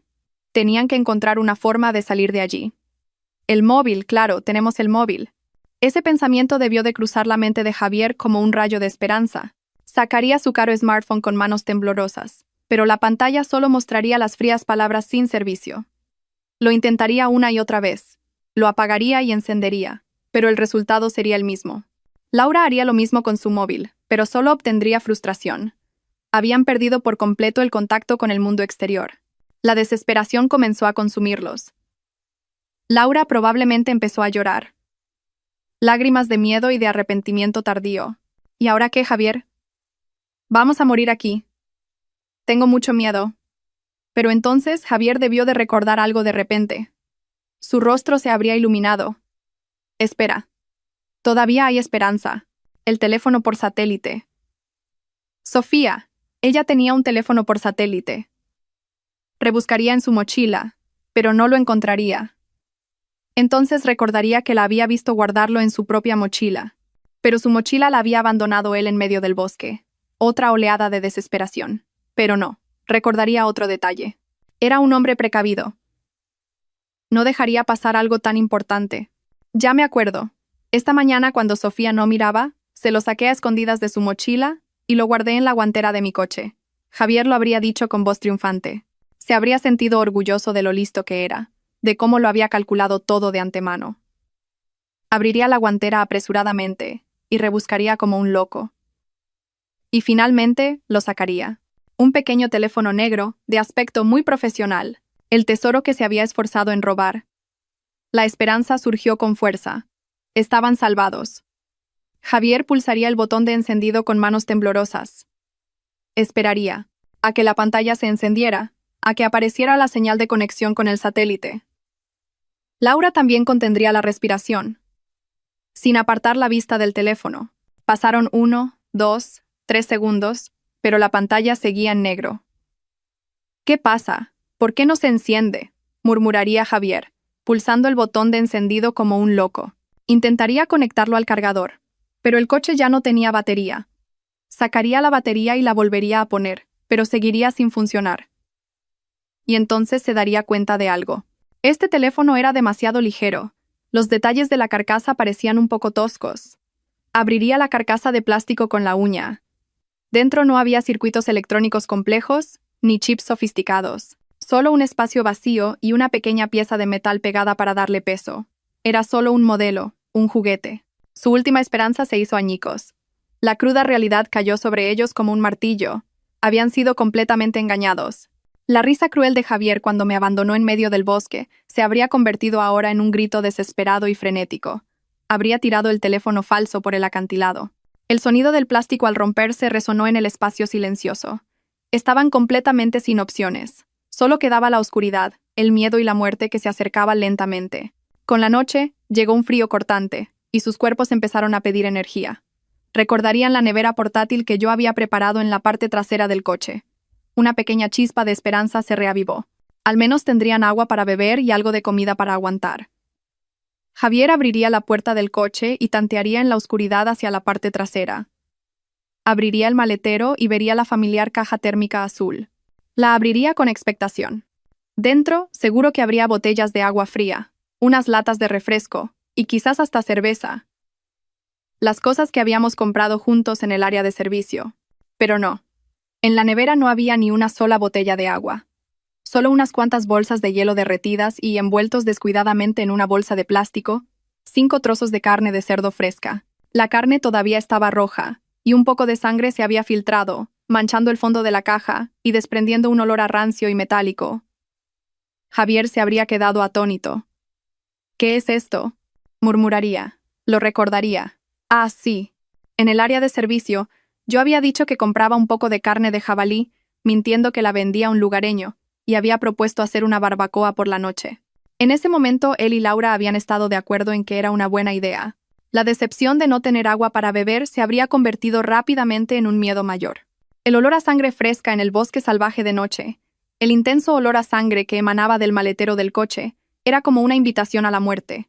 Atraería a todos los carnívoros que cazaban en la oscuridad, el feroz jabalí con el que se habían cruzado durante el día, o quizás criaturas aún más aterradoras. Javier cerraría apresuradamente la tapa de la nevera, pero ya sería tarde. El olor a sangre se había extendido por el aire. Volvería temblando al coche y le contaría a Laura sobre el último regalo que les había dejado. Su miedo habría llegado al límite. El coche, que era su refugio seguro, se había convertido en una trampa mortal, una caja de metal llena de sebo. No se atreverían a salir, cerrarían todas las puertas a cal y canto y se sentarían en silencio en la oscuridad, escuchando atentamente cada movimiento del exterior. El susurro de las hojas, el crujido de una rama seca, cada sonido los haría sobresaltarse. Mirarían fijamente la densa oscuridad fuera de la ventana, imaginando ojos brillantes que los acechaban desde los arbustos.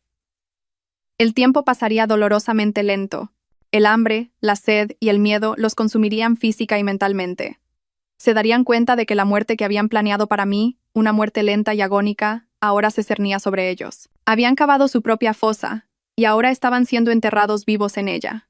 Esto era el karma, un castigo perfecto en cada detalle. Esperé en la oscuridad durante casi 2 horas. El rocío de la noche empezó a caer con fuerza, y el frío me calaba hasta los huesos. Supe que había llegado el momento. Javier y Laura seguramente habían saboreado cada etapa de la desesperación.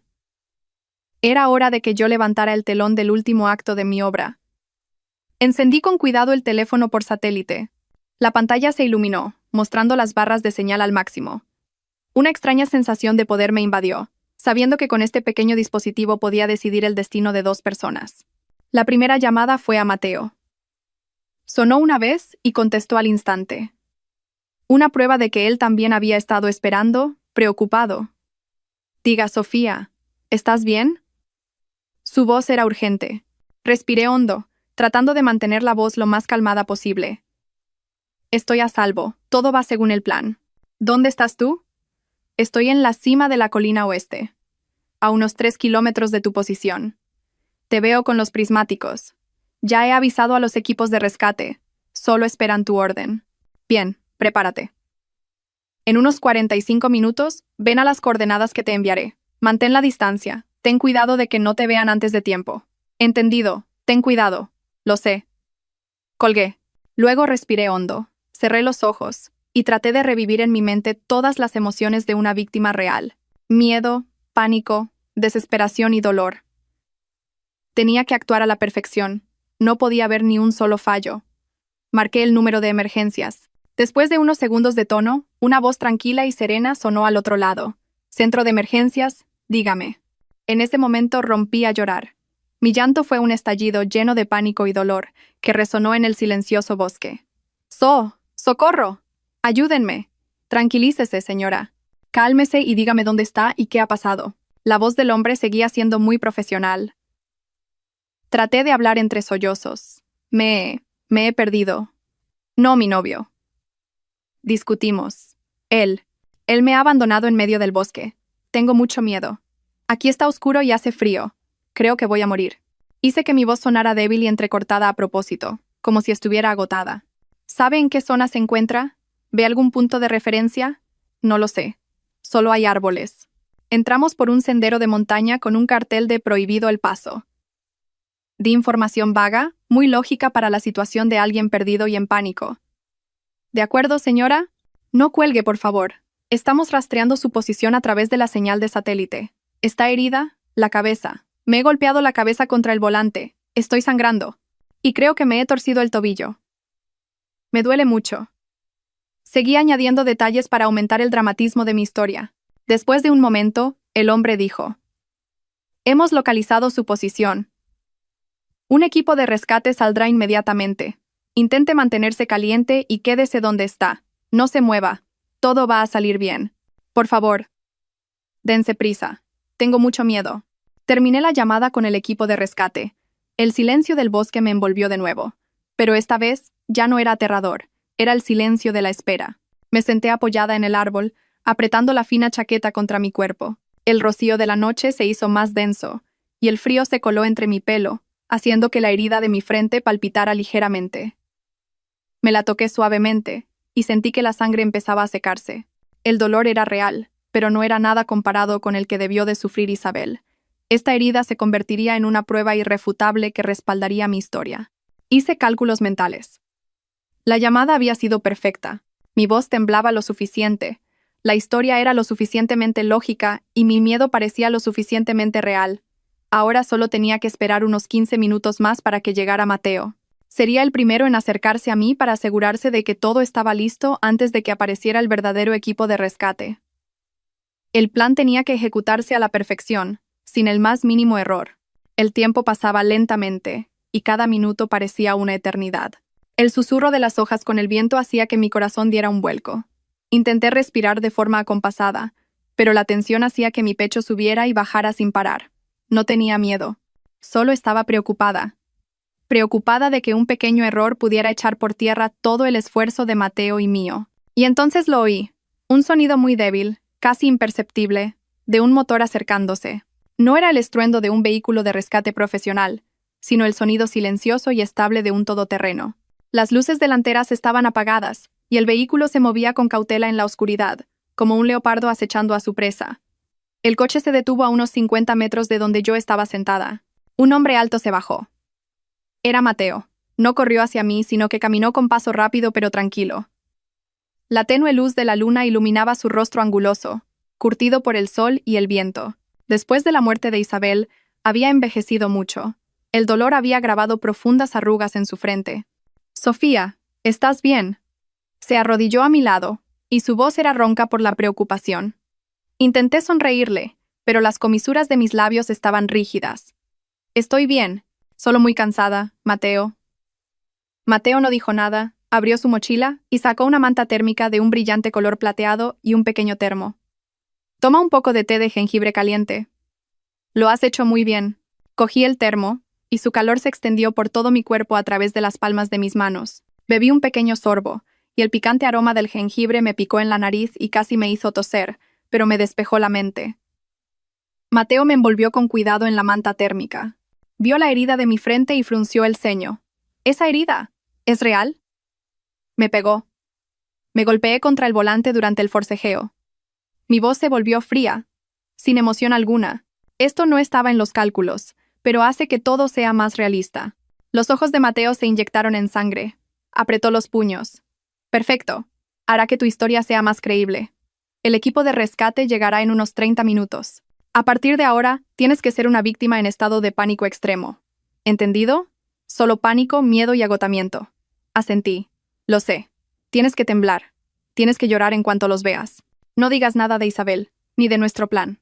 Solo eres una pobre chica abandonada por su novio, herida y asustada de las bestias salvajes». Me dio instrucciones detalladas, hasta el más mínimo detalle. «Lo recordaré. Tengo que irme». Se levantó. «No puedo estar aquí cuando lleguen. Estaré observando todo desde unas coordenadas seguras cercanas. Cuando te trasladen a un lugar seguro, yo me encargaré del resto». Puso una mano en mi hombro y lo apretó ligeramente. Era el único calor y apoyo que tenía en esta solitaria batalla. Mateo se dio la vuelta y desapareció rápidamente en la oscuridad. El sonido del motor volvió a oírse débilmente y luego se apagó. Volví a quedarme sola en el frío bosque. Pero esta vez, ya no esperaba sin esperanza. Me apreté la manta térmica y temblé. Estaba esperando a mis salvadores. La mayor representación estaba a punto de comenzar. 30 minutos después de que Mateo se fuera, 30 minutos que parecieron una eternidad, empecé a oír los sonidos que esperaba. El estruendo de motores de vehículos a lo lejos, no uno, sino varios. Potentes faros se proyectaban directamente hacia el cielo, rasgando la densa oscuridad del bosque. Y luego, el sonido de un megáfono resonó, rebotando en los acantilados y creando un eco espeluznante. «Hola, ¿hay alguien ahí? Somos el equipo de rescate. Señorita Sofía, ¿nos oye?» Por fin, era hora de actuar. Respiré hondo, dejando que el frío que me calaba hasta los huesos se apoderara de mi cuerpo. Reuní todo mi miedo, mi odio y mi cansancio en mi garganta, y rompí a llorar. Un llanto sollozante y desesperado. ¡Socorro! ¡Estoy aquí! ¡No me abandonen, socorro! Mi voz era débil, ronca de tanto gritar, pero lo suficientemente fuerte como para superar el sonido del viento.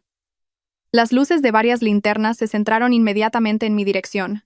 Vi al menos a 5 o 6 personas corriendo hacia mí. Llevaban los uniformes naranjas fluorescentes del equipo de rescate, y parecían dioses descendidos a este bosque infernal. «Dios mío, la hemos encontrado. Está aquí», gritó una voz. El primero en llegar, probablemente el jefe, se arrodilló a mi lado. Encendió la linterna de su casco y me apuntó directamente a la cara. La luz deslumbrante me hizo entrecerrar los ojos. Estaba segura de que mi aspecto en ese momento era lamentable. El pelo revuelto, pegado con sangre y barro, el rostro pálido y cubierto de lágrimas, y el cuerpo temblando violentamente dentro de la manta térmica plateada. ¿Es usted la señorita Sofía? Hemos recibido su señal de socorro. Ya está a salvo. No dije nada, solo extendí la mano y le agarré el brazo con fuerza, como un náufrago que se aferra a un salvavidas. Tengo mucho miedo. Frío. Ayúdenme, por favor. Tranquila. Ya está a salvo, dijo con voz tranquilizadora. Equipo médico. Por aquí. Comprobad el estado de la víctima. Otra persona con una gran bolsa de primeros auxilios se acercó rápidamente. Limpió con cuidado las manchas de sangre de mi frente con una gasa. La herida no es profunda, pero es bastante larga. Habrá que darle puntos. ¿Qué ha pasado? Llorando, conté la historia que había preparado. Mi voz era entrecortada y estaba llena de agravio. Es mi novio. Javier. Discutimos. Solo porque cantaba un poco alto. Se enfadó, forcejeamos y me golpeé la cabeza contra el volante. Y luego me sacó del coche. Tiró mis cosas. Él y mi amiga Laura. Se fueron en el coche. Me abandonaron aquí. El rostro del jefe de rescate se endureció. Apretó los dientes. ¿La abandonó en esta zona prohibida, con una herida sangrante en la cabeza? Es increíble. Eso es inhumano. La ira en su voz era exactamente lo que quería. Había conseguido sembrar en sus mentes la imagen de un hombre cruel y una amiga cómplice.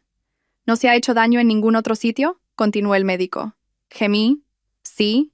Cuando me empujó y caí, creo que me torcí el tobillo. Me duele tanto que no puedo levantarme. De acuerdo. La sacaremos de aquí inmediatamente. Me tumbaron con cuidado en una camilla de rescate profesional y me cubrieron con varias mantas gruesas para mantenerme caliente. Mientras me transportaban, vislumbré el cielo nocturno entre las hojas. Sentí un extraño alivio, pero no era el alivio de una víctima recién rescatada, sino el de una vengadora que había concluido brillantemente su obra. Casi al llegar al vehículo de rescate, oí al jefe hablar por la radio. Su voz resonó alta y clara. Víctima Sofía localizada. Estado estable pero en pánico y agotada. Traumatismo craneal y posible lesión en la pierna. Se confirma que fue abandonada por su novio en las coordenadas X. Se inicia la búsqueda de los otros dos, Javier Pérez y Laura García. Se desplazan en una camioneta pickup negra, matrícula Y. Se estima que se adentraron en la zona prohibida del Puente del Diablo. Repito, se adentraron en la zona prohibida del Puente del Diablo. La ambulancia me llevó directamente a la sede de la guardería forestal cercana. Era una pequeña pero robusta cabaña de troncos, situada al borde del bosque, que brillaba intensamente en la oscuridad de la noche. El intenso olor a café y el aroma a pino húmedo que emanaba de ella daban una extraña sensación de seguridad y calidez. Me llevaron a una pequeña habitación con una cama y una chimenea crepitante. La enfermera de la guardería ya estaba allí, esperándome. Limpió suavemente mi herida y me dio puntos con cuidado. Por suerte la herida no es profunda, señorita, dijo con voz compasiva. ¿Ha pasado mucho miedo? Ya está a salvo. No dije nada, solo asentí, manteniendo una expresión ausente y agotada. Después de cambiarme a ropa seca y tomar una taza de té de jengibre caliente, sentí que mi cuerpo se recuperaba gradualmente, pero no podía relajarme. Un momento después, entraron el jefe de rescate y un hombre uniformado que parecía ser el jefe de la guardería forestal. Ambos tenían una expresión muy seria. «Señorita Sofía, ¿se encuentra un poco mejor?», preguntó el jefe de la guardería con voz baja y cálida. «Lamentamos mucho lo que le ha ocurrido, pero ahora necesitamos que nos cuente todo de nuevo, con mucho detalle y precisión». «Este es un asunto muy grave», asentí. Mis ojos seguían enrojecidos, en parte porque me los había frotado a propósito. Miré a los dos hombres de mediana edad, de aspecto fiable, y empecé mi relato. Como si reviviera una pesadilla, conté todo lentamente, con dolor. Hablé del viaje, de las pequeñas discusiones que Javier había provocado a propósito. Hablé de cómo Laura insistió en cambiar de sitio, de cómo Javier se enfadó por el ruido de mi teclado. Hablé del mapa que Javier y Laura habían preparado, de cómo insistieron en tomar el atajo a pesar del cartel de prohibido y de mis advertencias. Hablé de cómo el jabalí que cruzó el camino me había asustado. Hablé de la ira injustificada de Javier por mi canción. Y finalmente, hablé del forcejeo, de la bofetada y del momento en que me sacaron del coche y me abandonaron en medio del bosque desolado. Le supliqué, dije entre sollozos, y las lágrimas volvieron a brotar. Le dije que tenía miedo. Le rogué que no me abandonara, pero él y Laura solo me miraron. Él incluso sonrió.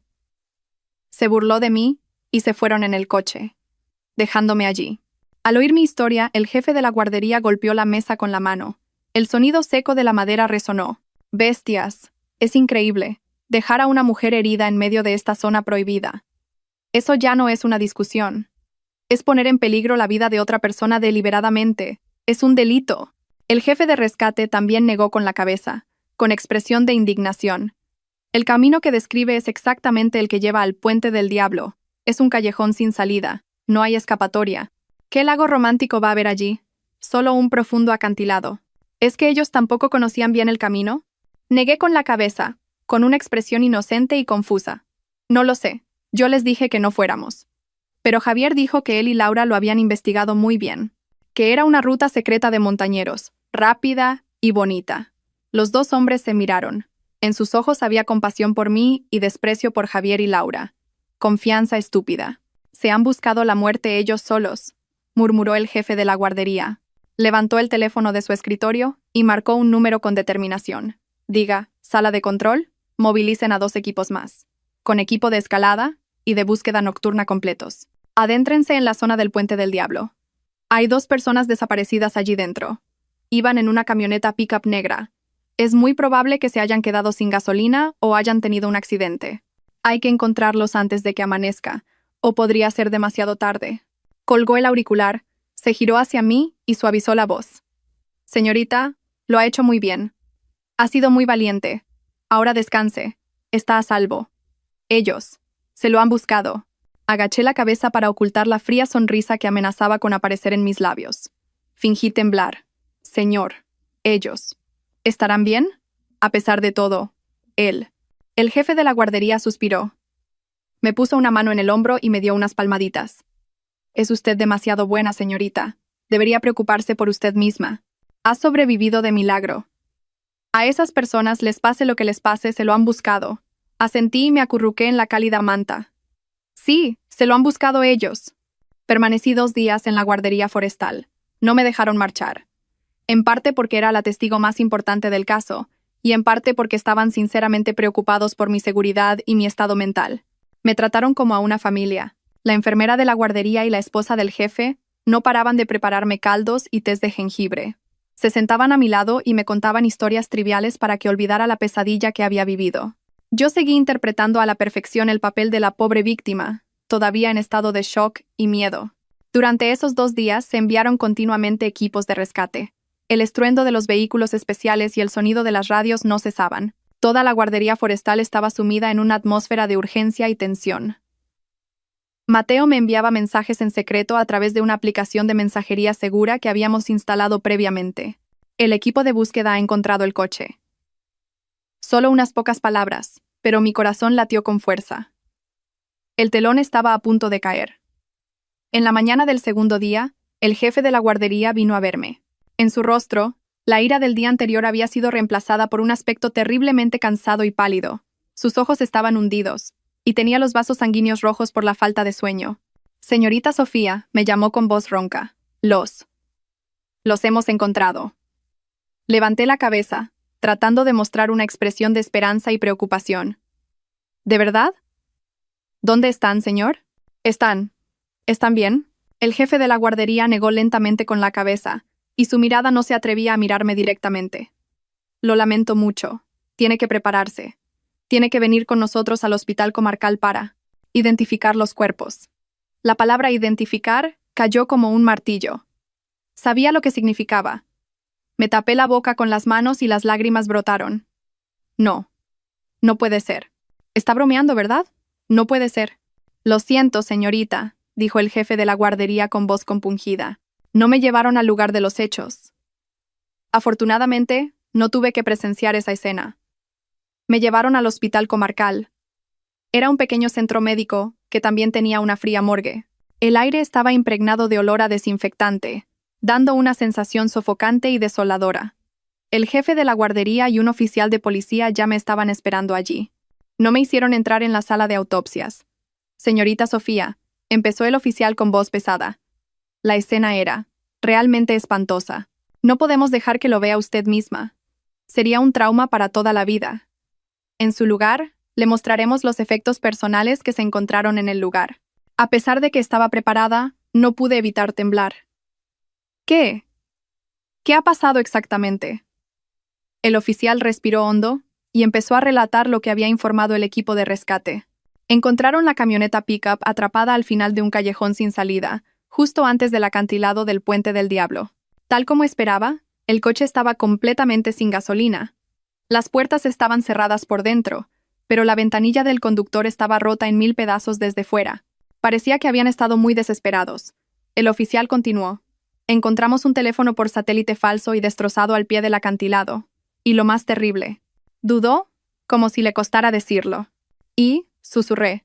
Y encontramos una nevera portátil en el maletero. La tapa estaba abierta de par en par, y dentro, en lugar de comida o agua, solo había unos trozos de carne de cerdo fresca que empezaban a oler.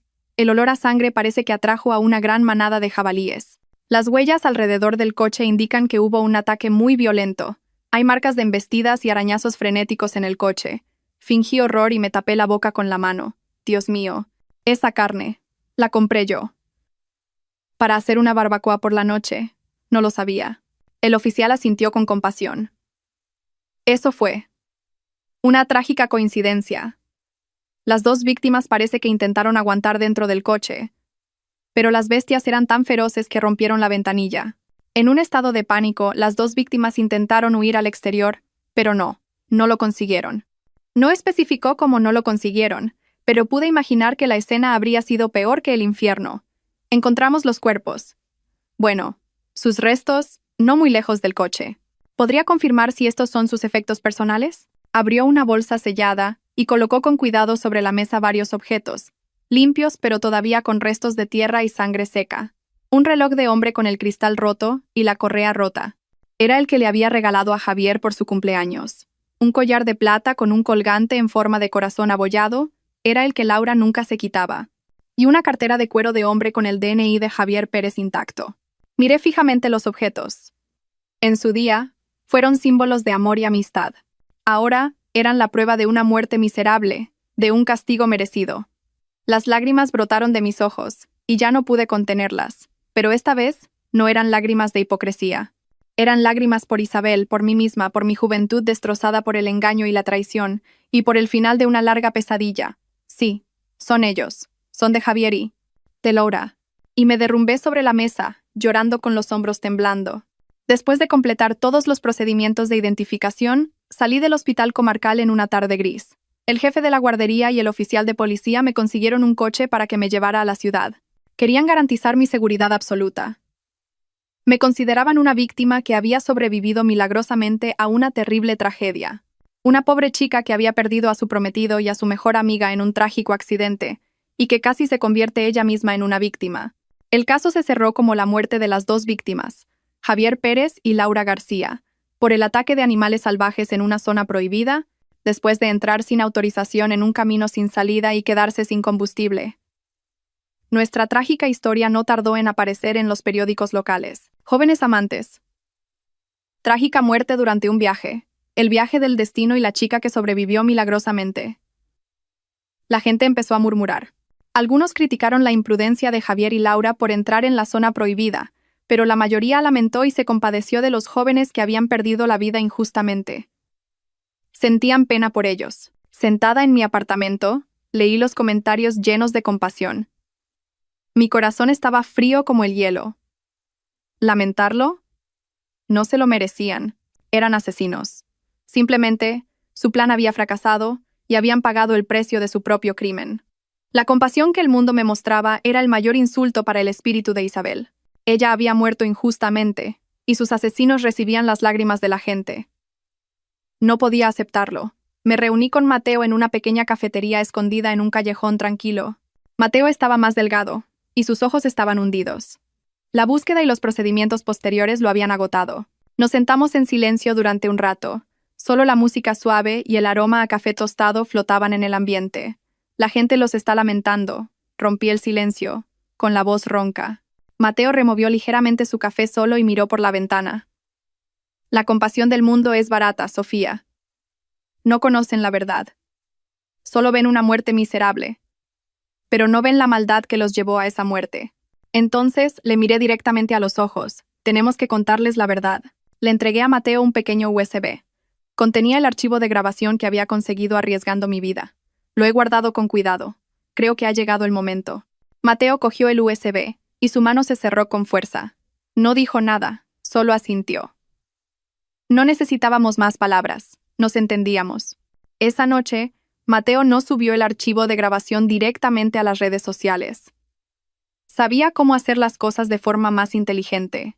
Envió el archivo de forma anónima a varios periodistas, a blogueros de investigación de renombre, a personas que siempre ansiaban la verdad y tenían una gran influencia en las redes sociales.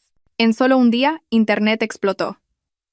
El archivo de grabación no se publicó solo como audio, sino también con una transcripción cuidadosa, palabra por palabra, frase por frase.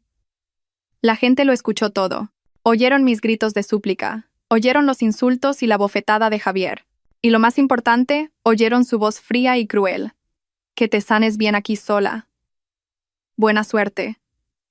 Su burla, el sonido de la ventanilla subiendo, y mi silencio desesperado después. El archivo de grabación de más de 15 minutos pintaba un cuadro completamente diferente. Una verdad espantosa, oculta tras el lamentable accidente. Ya no era un viaje peligroso, era un plan de asesinato meticulosamente calculado. Simplemente, la víctima había sobrevivido milagrosamente, y los culpables habían muerto en su lugar. Los titulares de los periódicos cambiaron de inmediato.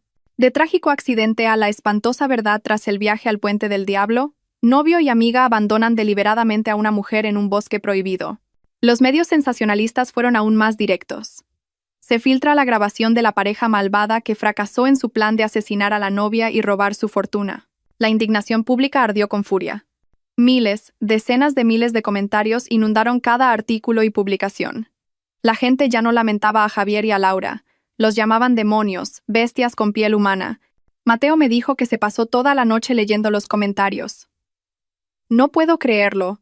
¿Cómo puede haber gente tan cruel y malvada en el mundo? Resulta que esa chica, Sofía, era la verdadera víctima. ¿Qué habrá pasado? Herida y abandonada en el bosque, teniendo que enfrentarse sola a las bestias salvajes. Solo de imaginarlo es horrible. Al oírla llorar y suplicar en la grabación, no pude evitar llorar. ¿Ese novio? ¿Se rió? Es un demonio. ¿Atacado por jabalíes? No fue un accidente, fue el karma. Quien siembra vientos, recoge tempestades. El cielo tiene ojos. Los comentarios de extraños, su indignación, fueron inesperadamente un bálsamo para las heridas de mi corazón. La justicia que buscaba finalmente había llegado. No en un tribunal, sino en el tribunal de la conciencia social. Pero Mateo no se detuvo ahí. Cuando la indignación pública alcanzó su punto álgido, decidió dar el golpe de gracia final. Era el video de la cámara del salpicadero de su todoterreno. Tal como había prometido, nos había seguido en secreto, manteniendo una distancia de seguridad.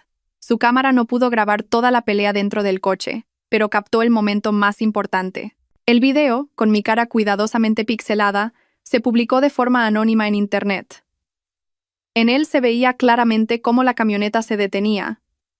La puerta del conductor se abría y Javier bajaba y caminaba. Me sacaba bruscamente del coche y me tiraba al suelo. El video también mostraba cómo tiraba mi mochila y cómo yo me arrastraba desesperadamente para agarrarle la pierna. Lo más claro era cómo me apartaba fríamente y subía al coche, y la sonrisa burlona de Laura a través de la ventanilla antes de abandonarme en el suelo. Este video, combinado con el archivo de grabación, se convirtió en una prueba irrefutable, cerrando la puerta a toda duda. Ya nadie podía defender a Javier y a Laura. Estaban muertos, pero su muerte no les trajo la paz, sino el desprecio eterno del mundo. Según oí, Las familias de Javier y Laura tuvieron que cargar con todo. Los padres de Javier, que siempre habían estado orgullosos de su hijo inteligente, ahora no se atrevían a salir de casa. Eran señalados por los vecinos, maldecidos por el mundo como la casa de los hijos del diablo. Los padres de Laura también sufrieron. No podían creer que su hija buena y dulce pudiera hacer algo tan terrible. La policía también reabrió la investigación tras la publicación de las pruebas, pero la conclusión final no cambió. La causa de la muerte fue el ataque de animales salvajes, solo que esta vez, en el expediente del caso se añadió el detalle: la víctima falleció mientras intentaba huir de la escena después de llevar a cabo un acto con la intención de dañar deliberadamente a otra persona. Pero todo se calmó pronto. Los nombres de Javier, Laura, Sofía, el Puente del Diablo, fueron desapareciendo gradualmente de los periódicos, reemplazados por otras noticias de actualidad. La opinión pública era como una inundación. Llegaba rápido y se iba rápido. Lo que me quedó fue un enorme vacío en el alma. La tormenta había pasado, pero se había llevado todo, lo bueno y lo malo, el amor y el odio. Empecé a reorganizar mi vida. Vendí el lujoso apartamento que, aunque falso, estaba lleno de recuerdos con Javier. Ya no podía respirar en ese ambiente. Cada rincón, cada objeto, parecía recordarme el cruel engaño. También presenté mi dimisión en la empresa. Ya no podía trabajar en un lugar donde había tenido que llevar una máscara durante más de un año, actuando con la misma amiga que me había traicionado. Necesitaba un nuevo comienzo, una ruptura total con el pasado. Mateo vino a verme. Me miró con preocupación. ¿Qué vas a hacer ahora? Negué con la cabeza, mirando al vago horizonte. No lo sé, Mateo. Solo estoy muy cansada. La verdad es que la venganza era algo extraño. La gente la persigue, pensando que al alcanzar su objetivo sentirá satisfacción y paz. Pero cuando todo terminó de verdad, cuando el enemigo pagó por sus pecados, no sentí ninguna alegría, solo vacío. La llama del odio que me había mantenido viva durante los últimos 2 años se había extinguido. Ahora no sabía a qué aferrarme. Me di cuenta de que este plan de venganza no era solo para obtener justicia para Isabel, sino también para mí misma, para la Sofía ingenua y confiada que ellos habían matado. Decidí irme de la ciudad por un tiempo. Necesitaba irme, respirar otro aire. Hice la maleta. Solo unas pocas prendas sencillas. Vendí todos los artículos de lujo que había usado para estimular su codicia. Ahora solo me daban asco. Fui a la estación de tren y compré un billete de ida a un pueblo costero desconocido. Un lugar donde nunca había estado, donde nadie me conocía. Antes de irme, me corté el pelo largo que Javier decía que era bonito. Me miré en el espejo. Una chica con un corte de pelo corto y con personalidad. La mirada estaba un poco cansada, pero mucho más serena. Mateo vino a despedirme. Estuvimos juntos en silencio en el andén abarrotado. Sonó la bocina del tren, anunciando la inminente salida. ¿Cuándo volverás?, preguntó Mateo con la voz un poco quebrada. No lo sé. Cuando sienta que estoy lista para empezar de nuevo, entonces volveré. Cuídate mucho, Mateo, y cuida de Isabel por mí. Lo haré. Me acarició suavemente el pelo, como siempre hacía Isabel. Isabel estaría orgullosa de ti. Pero ella querría que fueras feliz, Sofía. No dejes que el odio entierre el resto de tu vida. Asentí e intenté sonreír. Lo sé. Lo intentaré, Mateo. Subí al tren. Las puertas se cerraron lentamente, separándome de la ciudad llena de recuerdos dolorosos. El tren empezó a moverse lentamente, pasando por paisajes familiares. Observé cómo todo se alejaba hasta convertirse en una mancha borrosa. Había atravesado el infierno, y ahora estaba volviendo. No sabía a dónde me llevaría el camino, pero al menos había dado el primer paso. En el vagón, empecé a oler el salitre del mar. Un nuevo comienzo no parecía tan malo. Un año después, volví. La ciudad seguía igual, ruidosa, vibrante y ajetreada. El tráfico seguía siendo un caos en hora punta, y los rascacielos seguían apuntando al cielo, pero yo había cambiado. Un año en el pueblo costero, escuchando las olas todos los días, respirando el aire salado cada día, había limpiado muchas cosas. La ira, el odio y el vacío dentro de mí parecían haberse ido con el mar, dejándome un alma extrañamente serena. Volví sin una gran razón, simplemente porque sentí que era el momento. Lo primero que hice fue comprar un ramo de lirios blancos. Eran las flores favoritas de Isabel. La flor de la pureza y la nobleza, como ella misma. En una tarde de finales de otoño, conduje hasta el cementerio. La tenue luz dorada del sol cubría las tranquilas lápidas como una fina capa de miel. El aire era increíblemente silencioso. Solo se oía el sonido del viento entre los viejos pinos. Encontré la tumba de mi hermana. La foto en la lápida seguía teniendo la misma sonrisa radiante de aquel día, la sonrisa que una vez había calentado mi oscura vida. Coloqué con cuidado el ramo de flores, me senté a su lado y me apoyé en la lápida. «Isabel, he vuelto», susurré, como si ella estuviera sentada a mi lado. No traje nada del pasado, ni viejos recortes de periódico, ni archivos de grabación, ni imágenes de su miserable muerte. No quería que su oscuridad ensuciara el tranquilo descanso de mi hermana. «Todo ha terminado, hermana», dije con voz ligera. No dije me he vengado, solo dije todo ha terminado. Porque para mí, ya no era una venganza. Era solo una página de un viejo libro lleno de sangre y lágrimas que tenía que cerrar. Y lo había hecho. Me senté allí durante mucho tiempo, hablándole del pueblo costero, de las olas blancas, de los niños pescadores de piel morena que sonreían como el sol. Le hablé de mis planes. Que con el dinero de la venta del apartamento, abriría una pequeña floristería, una floristería con su nombre. Quería vivir una vida normal y tranquila, rodeada del aroma de las flores todos los días, como ella hubiera querido. Mientras estaba absorta en mi relato, apareció una figura familiar. Era Mateo. También llevaba un ramo de crisantemos en la mano.